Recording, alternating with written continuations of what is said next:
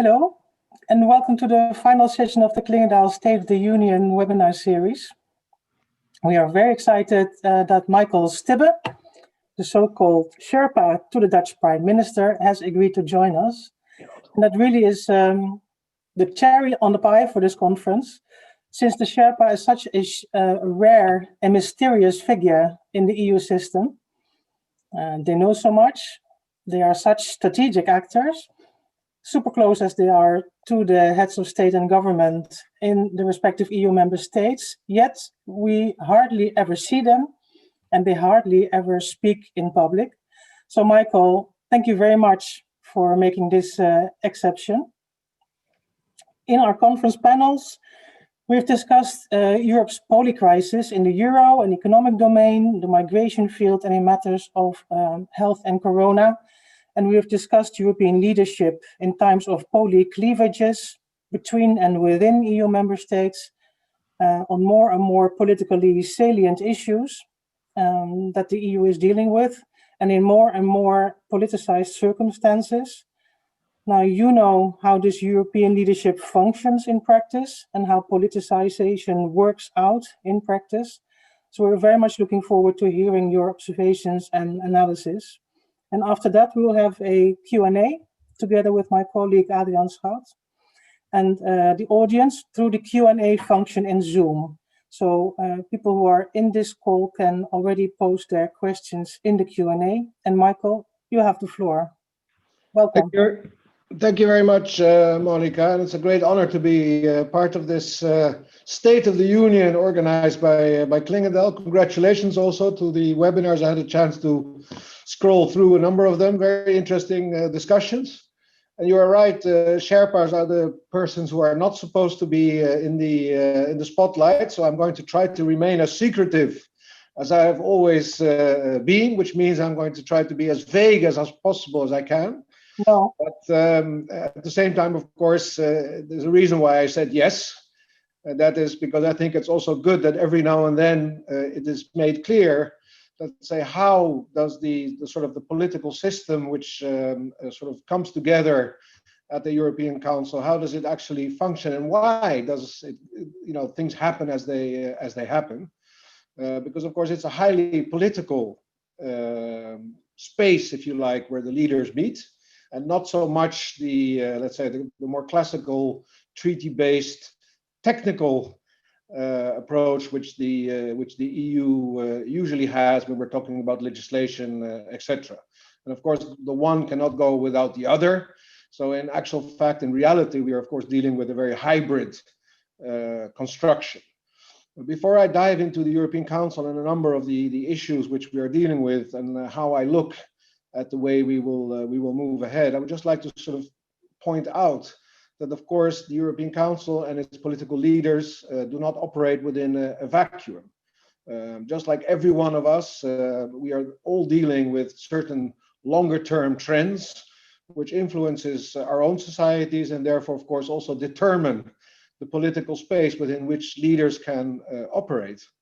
I think that one of the longer-term trends, which is influencing the political space and the realities in all of our societies, and therefore also plays a determining role at the EU level, is what we have come to call globalization. And of course, globalization presents an enormous amount of opportunities, but at the same time also threats. And I think the most fundamental one, which we're dealing with in all our societies, is the fact that you see that part of our society is able to, let's say, use the enormous opportunities which globalization presents, but there's also a part which cannot. And of course, that has a reflection in the political sphere. At the national level, political parties are dealing with the challenges of how to ensure that society moves ahead and that there is a sort of an inclusive form of growth, both in the economic sense, but also socially, that society does not sort of fall apart. We've had instances in the last weeks, once again, unfortunately, of attacks. Some call them terrorist attacks, but in any case also inspired by, let's say, certain group thinking, in this case, religiously based. But the essence is, of course, that if a democracy is to thrive in one way or other, people need to feel represented and need to feel listened to. And this, of course, has a political impact. You have political parties who try to find an answer to these challenges. And this, of course, also then manifests itself at the highest level in Europe, which is called the European Council, which by definition is maybe the most political expression of our our common project. I think that probably the biggest challenge, and at the same time the strongest expression of this reality, is the challenges we are facing around the concept rule of law. There's a certain irony, if you like, also from an historical point of view, that those countries at this moment in time, which, from the perspective of the Netherlands at least, we would see as being problematic when we were talking about rule of law issues, are the same countries who fled and who were able to move away from an oppressive system under the Soviet Union, and were welcomed by us into what we consider to be a democratic free society. And the European Union and NATO, and maybe at first NATO and then the European Union at that time, were of course the expressions of this newfound freedom. And at the same time now we see that these sort of values, these fundamentals based on the democratic society, on the rule of law, etc., are now actually, how should I say, under threat. In any case, it seems to be that certain values are, let's say, more highly regarded than others. That's, let's say, the equality and freedom for every individual is something which is not a given. But of course, our whole European project is based on these fundamental values. And it, of course, then affects, if you like, the trust and the atmosphere in the room and the willingness to compromise on very, very difficult issues, if there is a sense that the fundamental rules of the club are no longer, let's say, equally shared by all. And I think that if you're talking about trends of the globalization, maybe another word, populism, issues with regards of the fundamental freedoms and the way it translates into the political sphere, that is something which is really fundamental in terms of how do we look to the future and what role will the European Council play and what role will the European Union at all play in tackling the challenges we face. And I must say that for me is the most worrying element. Today we welcomed the agreement between the German presidency and the European Parliament on a rule of law instrument related to future EU budgetary expenditures. The question is, of course, if you look at it, let's say a little bit from a distance, why on earth do we need such an instrument if we have all signed up to the same values? And why is it that some member states actually do not want this instrument? This only thing this instrument is saying is that if in the future there would be issues of rule of law which would have an effect on the effectiveness and the fairness of budgetary expenditure, we would be able to apply an instrument. Some member states are saying up front that they don't want this instrument. It is really an issue. And I think we need to also be honest to each other that this is something which we will be dealing with for a while to come. But it's also, I think, something which you could maybe call potentially a rot within the system, because it means that we do not share the same rules for the club. We are all working very hard to make a success out of it. So that's one element. The other element is, I think, something which has already shown, if you like, its impact on the decision making in the EU, and especially at the political level.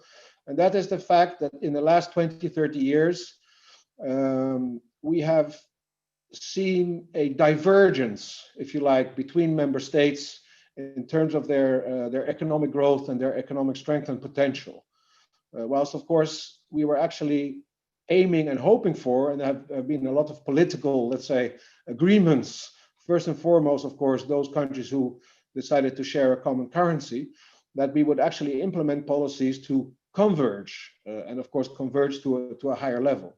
The fact that we have not managed this, and there are many reasons for it, has, of course, meant that we were less able to deal with the economic consequences of the recent or current still COVID crisis, but it also has weakened our position in the global sphere. If our market doesn't work, if our public finances are not in order, if our labor productivity is below par, it means that slowly but surely in the global competition, we are of course losing out.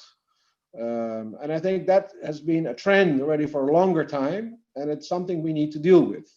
And I hope and I expect that the agreement which we have reached on the Next Generation EU fund to deal with the economic impact of the COVID, which is of course clearly tied also with reforms next to investments, that this might be, let's say, a start, if you like, of a new period in which we will actually do the right policies to ensure this convergence which we need so direly to be able to, first of all, organize our markets in such a way that we are able to provide for employment and economic growth, etc., and welfare in our own countries.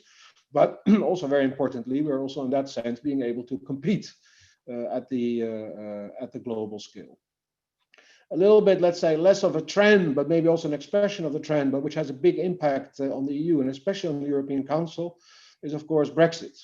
The UK leaving the table of the leaders basically means that one of the, let's say, stronger countries in Europe is no longer part of this construction, which we have been painstakingly building for the last 40 years. And of course, it means that one of the major economies, a member of the Security Council, a member state which from its tradition and its outlook had a very important contribution to make when we're discussing political issues or when we're discussing economic issues, has left. And that means that within the European Council, you see that there's a sort of a rebalancing, let's say, going on in terms of outlooks, groupings, compromise making, and it's a very challenging time. And of course, the Dutch Prime Minister and me myself also experienced that directly, being a country which traditionally had, of course, very often a solid partnership with the UK. That we are now, of course, looking for different ways to make our voice heard, but also to make sure that the, let's say, more Northwestern European approach to many of these issues which are on the table is actually heard and part of the final compromise. And finally, maybe in terms of the sort of the sphere or the surroundings in which we work, and I think it was mentioned a number of times also in the different webinars from different angles, is of course that Europe is now dealing with a China-US competition, let's try to say it a little bit diplomatically, which also means that we have to find our place in this. And I think many have said it before, and I'll say it again: is Europe a playing ground or a player? There has been a lot of talk. My Prime Minister himself, in his Zurich speech, also tackled the issue, and that is that the EU needs to be, let's say, more coherent and more cohesive when we are operating on the global scale. We have, to a certain extent, had success if we look at it from the economic angle, but of course we also need to be a player on the political level, and that's a very difficult sort of balance to find, because of course some member states, how should I say, jealously guard, if you like, their sort of space to follow their own bilateral foreign policy, whilst they also experience that when we move together as a European Union, the impact is of course much larger. Recent examples, the difficult discussions we had on reaching a consensus on the sanctions on Belarus, the issues we will probably have to deal with in December at the latest with regards to how do we manage, if you like, our partnership with Turkey. And of course, the outcome of the U.S. elections and what that means in terms of the first of all the U.S.-China situation, but of course also our own relationship between these two blocks. And I think that will be once again sort of the proof of the pudding, whether we will have member states going it alone or whether we will continue as I experienced, let's say, the last months, and certainly the German Chancellor using the German presidency as a catalyst, therefore, has really tried to sort of put the more strategic subjects of the external relations on top of the European Council agenda. And I suspect that we will continue down this line, but it will be hard work. And I think the sense in the room with the leaders is that we need to be able, and we should reach this consensus. But we are, of course, not one country. We are 27 member states with different interests. So it will be hard work, but I think that the sense is there that we have to do it. And there's a lot of talk in that respect of some form of independence, if you like, or sovereignty in terms of us being able to how shall I say, also give a punch when necessary at the global level. And that translates into discussions on what should we do in terms of our economic instrumentarium, but also, of course, in our defense cooperation. And I think these are all signals of the fact that the sense in the room is that we have to do better. At the same time, I also want to caution, because we are a long, long way, of course, away from being a military presence, if you like, in any sense of the word. And in terms of the economics, I think we are now finding the right balance between remaining a voice at the global level for free trade, which I think is crucial for this part of the world, but at the same time, of course, also, how should I say, arming ourselves or putting elements in our toolkit to be able to defend ourselves from those elements, companies or countries who would like to, let's say, use the freedoms which we have on our own internal market in such a way that we are actually confronted with unfair competition. A few words on migration. I noticed you also had a webinar on that. I think it's, the Commission has put a very balanced proposal on the table.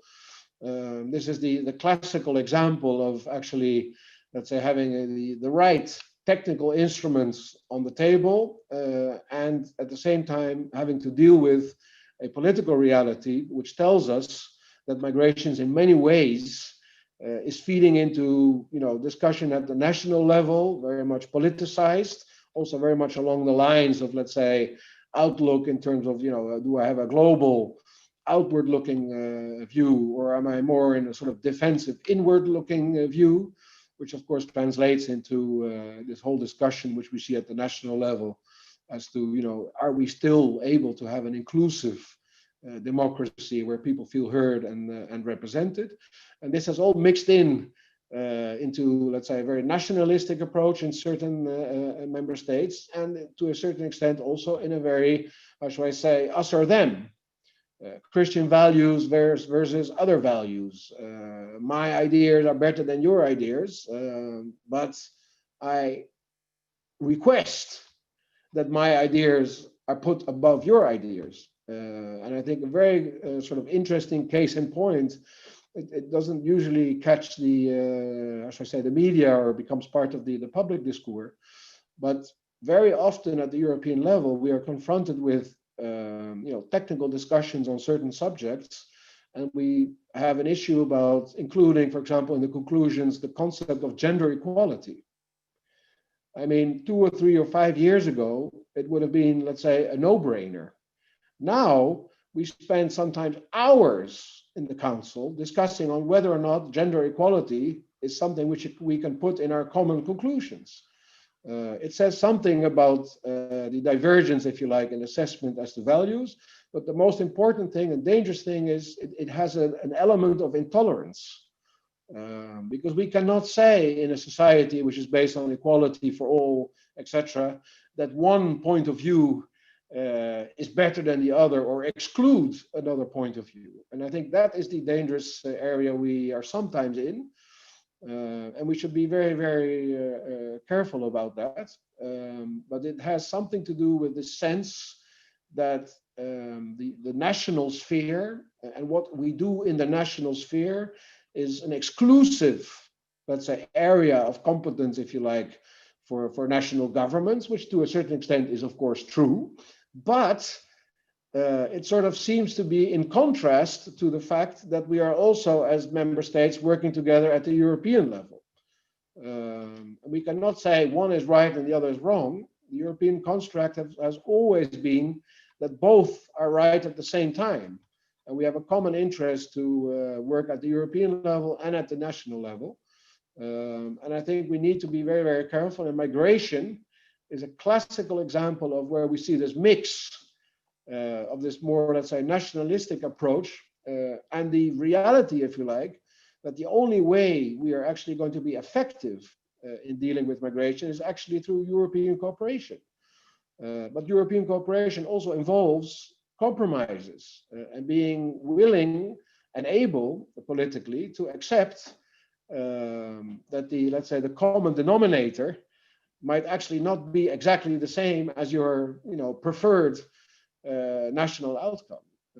And I think that, for countries who have been in the European Union as the Netherlands has, we're a founding member state, as everyone knows, probably through the decennia, we have learned that the total sum of decisions at the EU level, even if sometimes we are not so happy with them, the total sum for the Netherlands means a huge plus.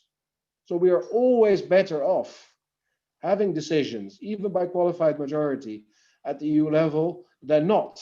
And sometimes I have the feeling that more and more this concept of zero-sum game is becoming a driver. And that, of course, certainly in a subject like, an area like migration, makes compromise very, very difficult.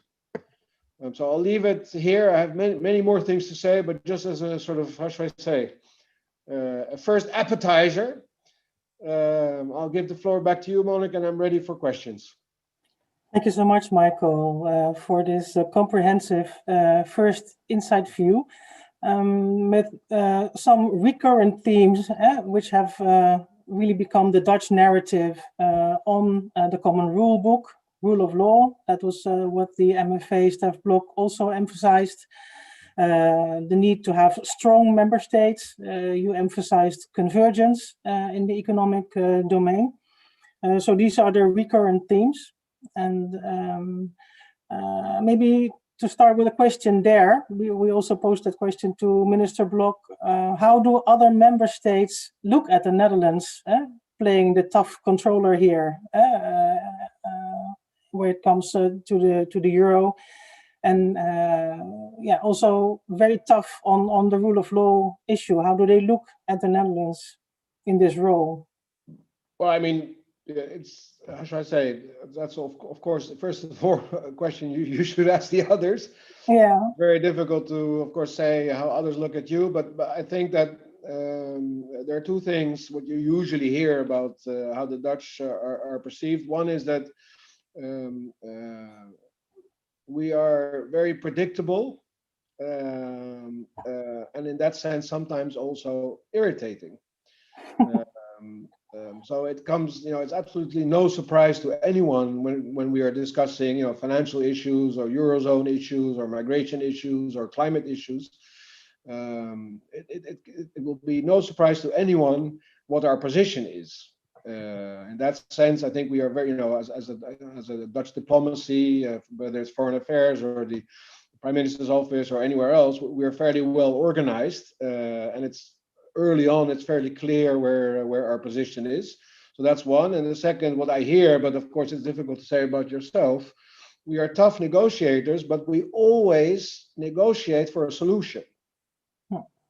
And I can tell you from personal experience, it's sometimes very difficult to sort of, how should I say, combine the realities, of our club of 27 in terms of where you can actually find an agreement and the political space and possibilities we have in the Netherlands.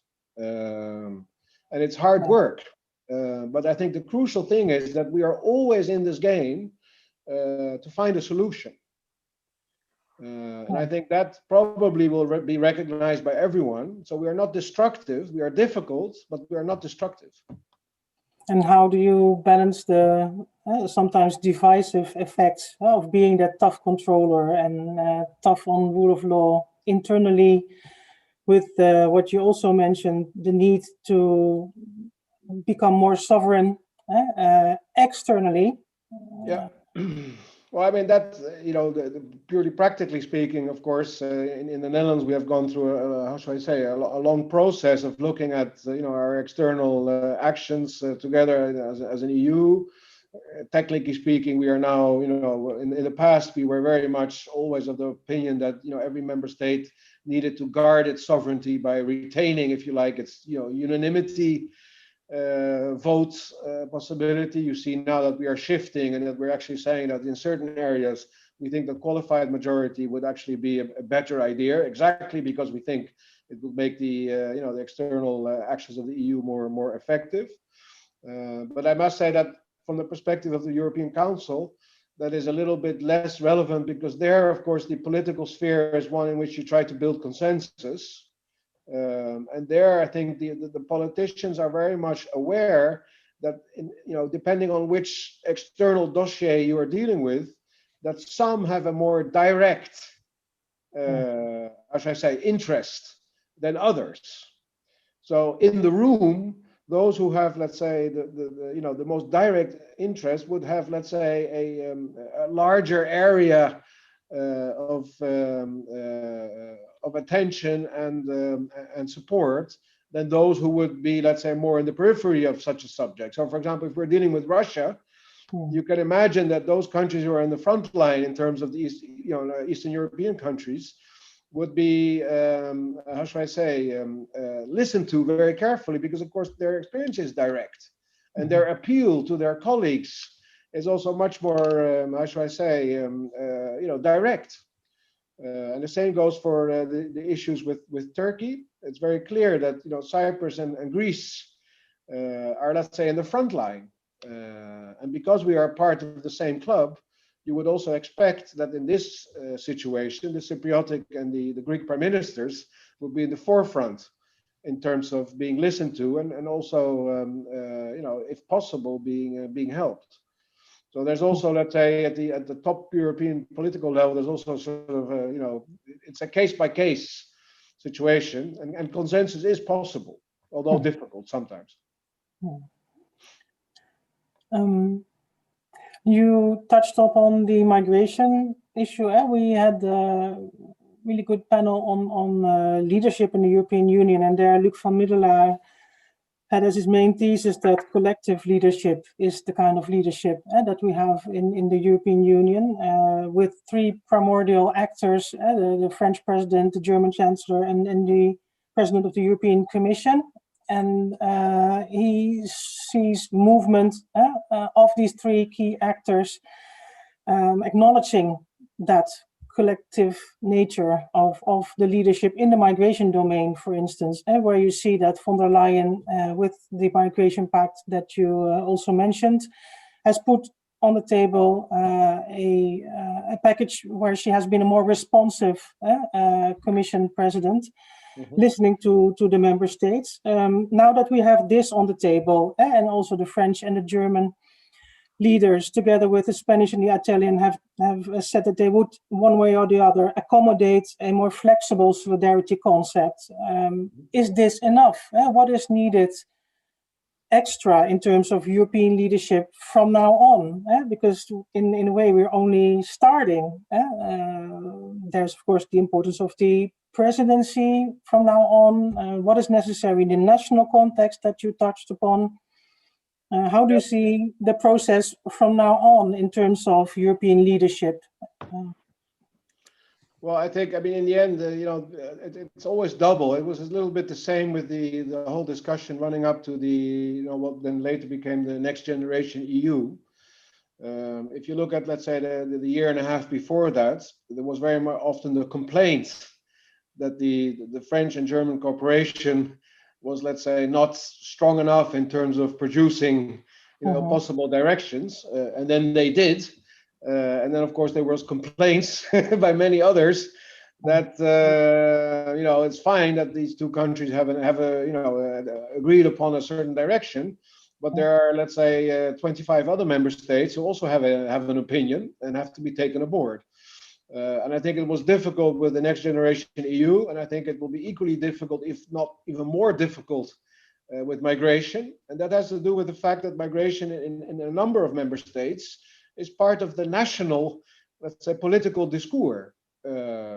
So if you approach it, let's say, technically, as I did in my little introduction, then of course there's every reason, based on what the Commission has put on the table, because I think it's, technically speaking, a very good proposal. Of course, to be negotiated, but it's an excellent starting point.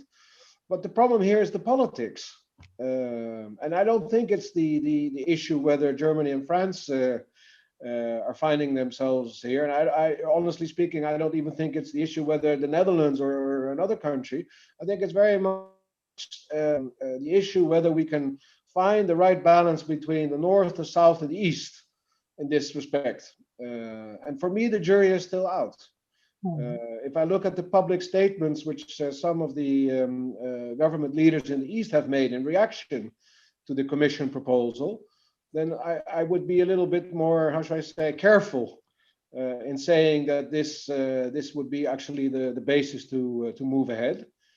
And from the perspective of the Netherlands, there are also elements in this proposal which we would, like to see improved upon.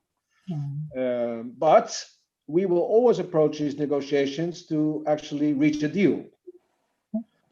And I cannot for 100% sure say that every member state at this moment in time would have that approach. Yeah. If I look at the Q&A here, maybe one question that fits this discussion is the concern that there besides the poly crisis in the various domains, there is also legitimacy crisis, and we see that of course looming in the migration field. What can the EU, asks Jan Willem van der Vossen, do to address this? Well, yeah, I mean, and I think this legitimacy issue is something which, how should I say, sounds, oh yeah, that's true. That's a big thing. We have to deal with it. We also have to be fair to say that at the same time, the EU being, the member states, the Commission, whoever is in play at a certain moment in time, is of course delivering on 8 of the 10 main challenges we are facing. So, I mean, things are moving ahead in all sorts of areas. So that's one. Second, I think legitimacy is something which is also very much in the eye of the beholder. So I will be very careful to say something about legitimacy in terms of the perception in Germany or in France or in Poland or in Italy. In the Netherlands, I think I can say that the biggest issue with legitimacy we have, as far as I can see it, is that this rules-based system we have constructed with, over the past decennia, does not always work. So there's a perception maybe that some member states are more important than others, so the rules are not equal for everyone. That sort of, how should I say, undermines the legitimacy of the project. The other is, if we have agreed to something, we should actually implement it. And I think there in the Netherlands, the perception is that implementation and actually, sticking to the rules is patchy. And third, what I just said in the beginning, I think this idea that the sort of our common values are no longer, let's say, a given, but are actually a point of discussion, also undermines legitimacy. And of course, from the Dutch perspective, you have two things then. My Prime Minister always says, under promise, over deliver. That's one. And second, a deal is a deal. So I think that will be my reaction, but it's very difficult to sort of, give a general statement on legitimacy. But these are three important dimensions of legitimacy. One more that is strived at in the migration domain now with the pact, and then I come to Adriaan, no worries, is that is the instrument or the strategy of accommodating diversity through this flexible solidarity concept, that we stick to the value, like you say, to the rule of solidarity, but that there are different ways in which you can contribute to solving the problems in the migration and asylum domain. do you consider this a step forward? Well, I mean, conceptually, in a sort of a technical sense, yes. Politically, it's very, very difficult because it also says something about what do we actually mean with solidarity. And behind that, it says something about, once again, our common values. And if we are not willing, let's say, to help other member states who are dealing with large inflows, because large groups of the people who are coming in have, for example, a Muslim background, then it becomes complicated. And if the argument is we don't want to help them because our society is exclusively Christian, it becomes even more complicated. And why does it become so complicated for a country like the Netherlands? Is that, of course, we don't have that type of value. But we can also not be part of a system which is based, let's say, on such a conception, even if it's not formally the case. If in the political arena, these are the sort of elements which are brought into the discussion, then of course it becomes very, very difficult. In previous discussions, you have said that it's now more and more about our way of living, these negotiations, and it used to be about markets. That's quite something else. But in Adriaan, principle, we need to have a system of solidarity. Otherwise, it doesn't work. You cannot ask certain member states to, let's say, do all the work, and other member states sit back and enjoy the fruits of the work of others. It has to be a collective effort. And in that way, there's no way getting around solidarity. And it says something about our values and about the way we look at the European cooperation, that this is not a given anymore. Thank you. Adriaan, you want to come in? Well, thank you, Michael, for this very interesting presentation from your perspective, being closely involved with the European Council.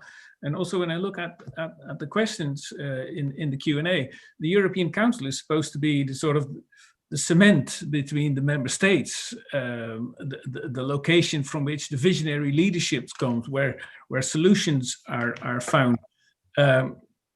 This concludes our discussions on the state of the Union at this point in time.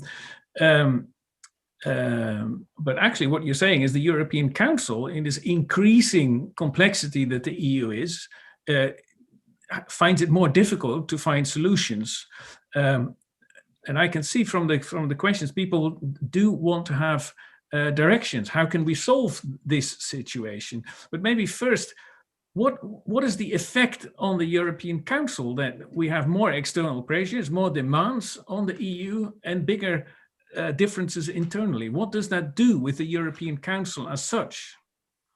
Well, what it basically does is that if we really need to take decisions, then the European Council will be in session for a number of days. It just takes a lot of time, but I think the important sort of message from that is that if it needs to be done, it will be done.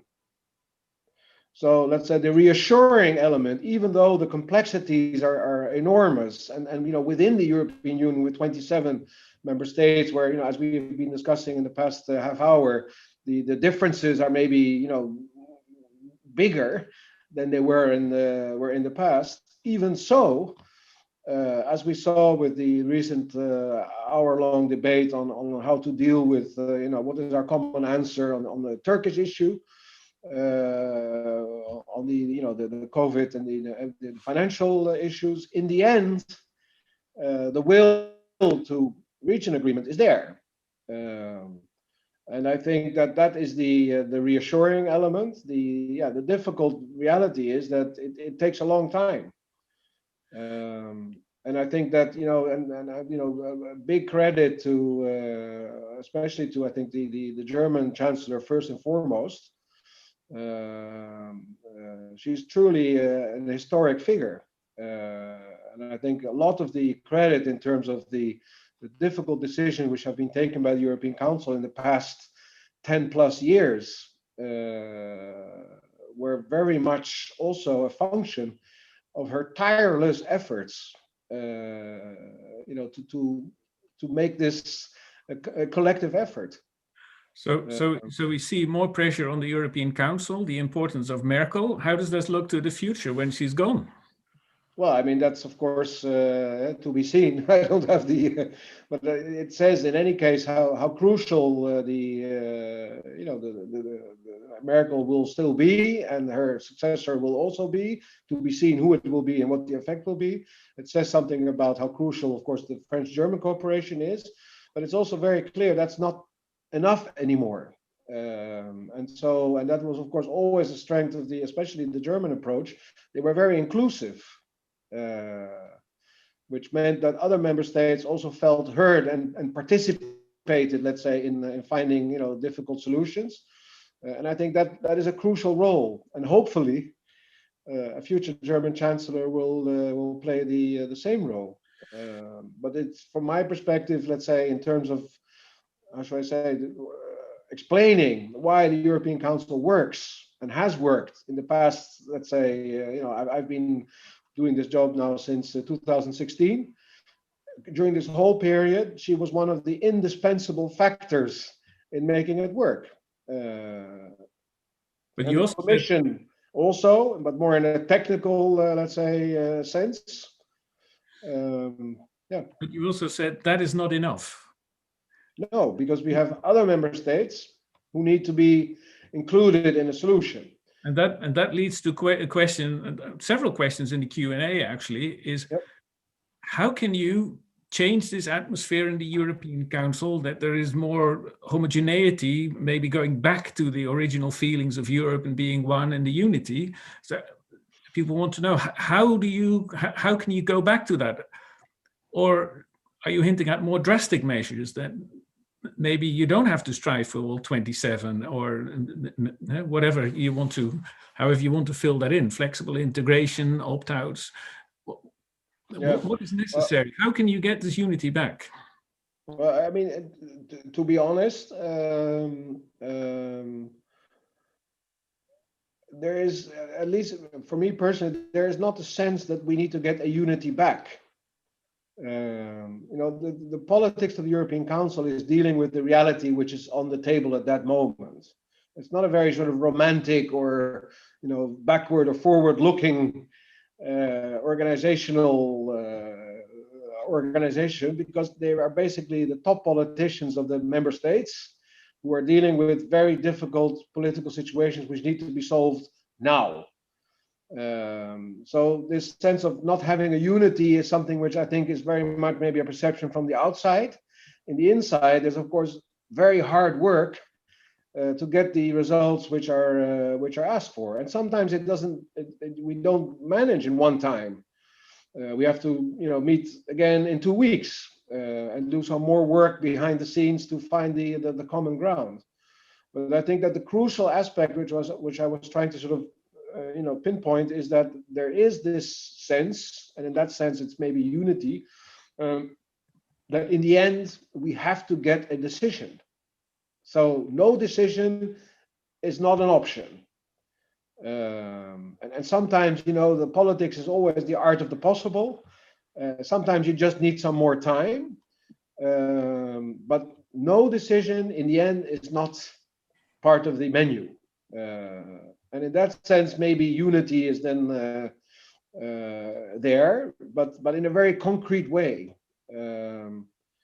I don't know what the latest is on the RFF, the next generation, and the requirements on rule of law, but that could hint at the possibility that there will be a solution, but not all member states will be on board of it. Possibly, but depending on how it is approached, it would mean that we don't have an agreement and that we have to work harder to get one. Okay. And I think that is the, how should I say, the sort of the common purpose, if you like, which all leaders share. But once again, politics is the art of the possible. And sometimes it's just not possible. And that means that you need more time, or a different approach, or how should I say, a part solution, and maybe waiting for other elements to be decided at a later stage. There's all sorts of ways to approach it, but I think that is reality. And at the same time, possibly, but that's purely speculation. If you look at potential future crisis, sometimes we don't have time. And that could, of course, be a moment in which some member states will decide, we just don't have the political space or time to wait. We will, in the meantime, have to do something. But it's never the aim, let's say, of the European Council meeting together. In this context, a rather critical question for from the Q&A as regards the role of the Netherlands and the willingness to compromise. Yet, on the other hand, it is part of the Frugal Four and trying to act as a brake as much as possible. Is there a conflict between the willingness to compromise and being a very active part of the Frugal Four? No, are we because spirit ourselves?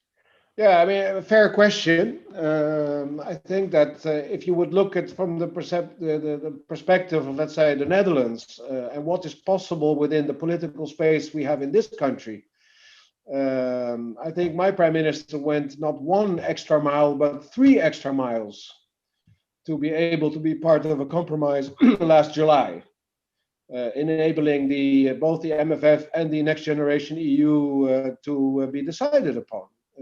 Also, my prime minister, just like any other leader in any other country, has to ensure that he has a parliamentary majority for whatever decision he takes. And we really did the absolute maximum to be able to be part of a compromise, and that was exactly the intention all along. But of course, we also have interests, and we defend our interests. So in that sense, we are tough negotiators, but we are also always fair and transparent, and we are always there to try to find a solution.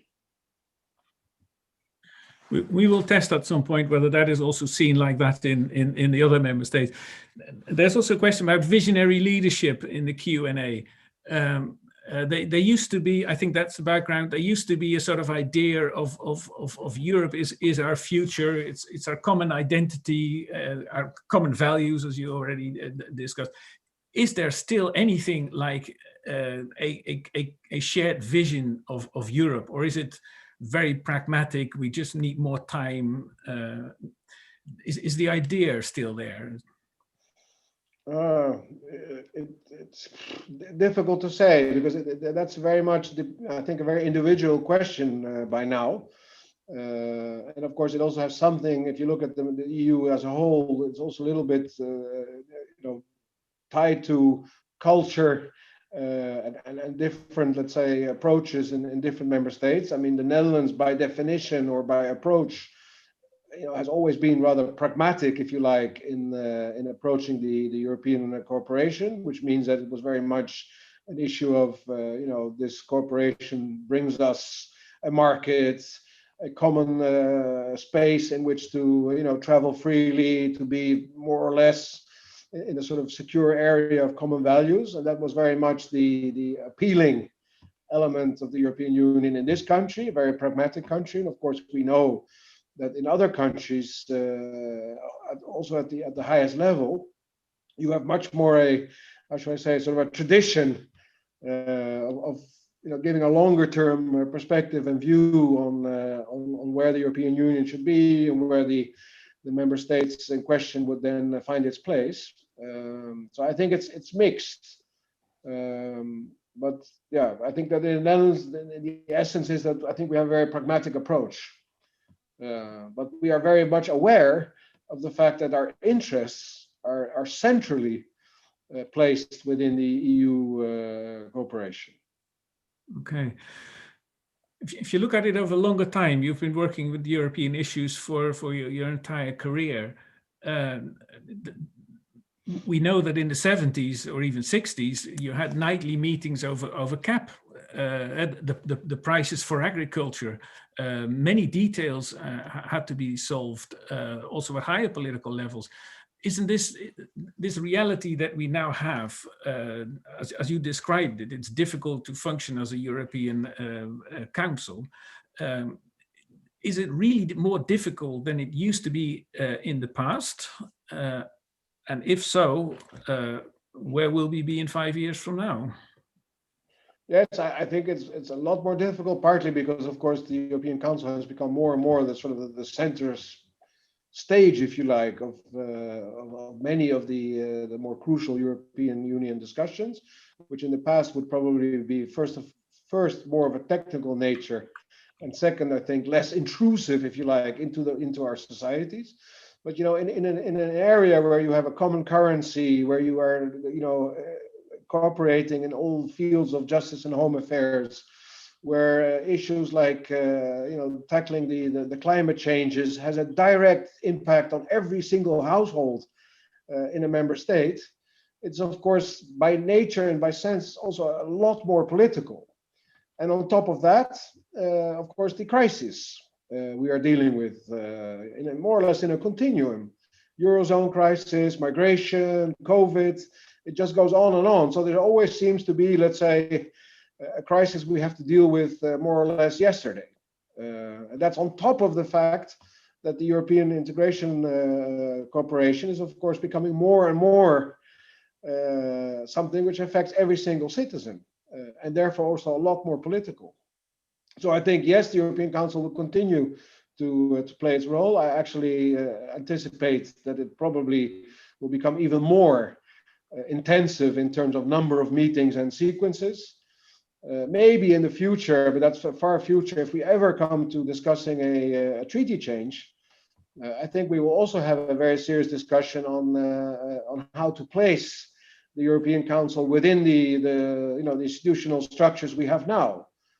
Because at this moment in time, of course, the European Council basically is a rather informal organization which sort of decides on some strategic guidelines, but for the rest, it doesn't really have an impact, if you like, on the direct legislative process of the EU. Whilst in practice, of course, by now, certainly on the more difficult dossiers, it's actually more or less the determining factor.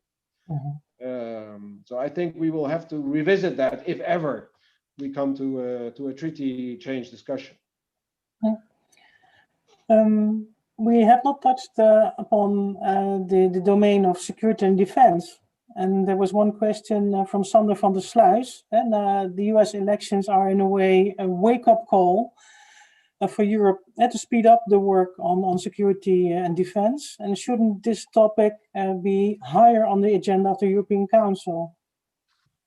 Yeah, I mean, to be honest, I think that it has been on the agenda of the European Council, and I think now we have a big, very wide agenda, if you like, of actions which have been decided upon. When the MFF, the sort of multi-financial financial framework becomes reality, hopefully by the 1st of January, we will also have funds to go with it. I think now at this moment in time, what is most needed in this area is actually implementation. Get on with it. I don't think the European Council at this moment can add anything more to the already very, should I say, broad agenda we have. So hopefully we will see results. Yeah. Maybe as a last question, I see here the question of our ambassador from Ireland. And how should the European Union reach out to the new, he says, Biden administration in terms of laying a stronger foundation for multilateral engagement, which will be more, with which we will be more robust, and capable of surviving any future shocks, like we've seen over the past few years.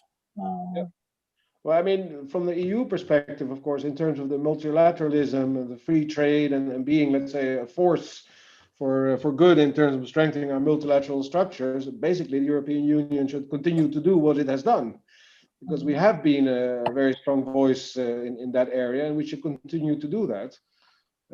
And if the future US administration, whichever way it goes, because we don't know yet, would be a partner in this, and it would be excellent. And in the past, of course, we have always been partners, and hopefully we can be the partners again in the future. But regardless of what happens in Washington, I think in any case, the European Union should be a force for multilateralism, as it is called. Yeah. And maybe also step up in terms of its own engagement in security and defense. Yeah, if possible. To be a stronger partner. Yeah, but to be honest, that will take a long time. Mhm. It's tall order to have 27 member states cooperating in the defense sphere, which is good. And the Netherlands has a long experience in that with Germany and with Belgium. But in terms of really being able to project some form of force is a completely different ballgame. And to be fair, with the UK leaving in that sphere, we have become weakened rather than strengthened. Can I still pose one question, Monika? Okay, let's the last one, Adriaan, because we are approaching 4, and then I think this conversation shows very much that any relation needs a good set of Sherpas. But my question is my final one, then Michael, is about the QMV in foreign affairs. What does it actually mean, a QMV in foreign affairs? Because if I'm correct, the formal Dutch policy that the QMV can be used under very strict conditions and in predefined areas decided by unanimity by the European Council. So the Netherlands is in favor of QMV, but under very strict circumstances. To how far does that compromise willingness, as you described it earlier, is the Netherlands willing to go? Well, I think especially in foreign policy, we have to be sort of very careful because the political framework or context within which foreign policy is made is, of course, something which has a lot to do with national positions and sovereignty. And I think that in essence, the EU needs that sort of cooperation. And at the European Council, I don't think you would ever see anything else but that, which means an acceptance within a sort of consensual environment that we are going to do A, B, C, or D. What we, of course, also encounter, but that's then the next step, and that's more the technical sort of implementation, if you like, of a sort of a consensual approach to certain, foreign policy areas. There, we also still have unanimity. And I think that in terms of being more effective and speeding up the EU work, let's say, in terms of our, using our foreign policy instruments, I think there QMV could be something which could actually be very useful. But the how should I say, the challenge always is, and with migration it's basically the same, and to a certain extent with climate it's also the same. When you really have very serious, let's say, fundamental interests of member states at stake, then it's not good enough to just say, I have a technical workaround and I will just, sort of push something down someone's throat by using QMV. At the political levels, and I'm purely talking European Council, there is an acceptance at the table that fundamental interests of member states are something which has to be heard and has to be catered for, because that is the basis of our trust and our cooperation. Everyone has to be heard and feel secure and safe. And at the same time, it's also true that this consensus model, of course, also has the risk that decision making is blocked or takes ages, etc. And as we are known as being pragmatic Dutch, we thought that if we're sort of working within the consensual environment, but we need to go to the implementation phase, that then QMV could actually be something which would be very helpful. Thanks. That is enlightening and a very salient point. Michael, we're approaching 4 o'clock, and I really want to thank you to give us the opportunity to discuss with a real-life Sherpa. And with that, we come to the conclusion of this State of the Union webinar series. I want to conclude by thanking all my colleagues behind the scenes, the team that made all this possible. You have done a marvelous job, really. And thank you also to the very active audience. And we can now return to that other magnetic screen with the leadership competition in that other union, the United States. Thank you and see you soon. Thanks, Michael. Thank you. Bye. Bye.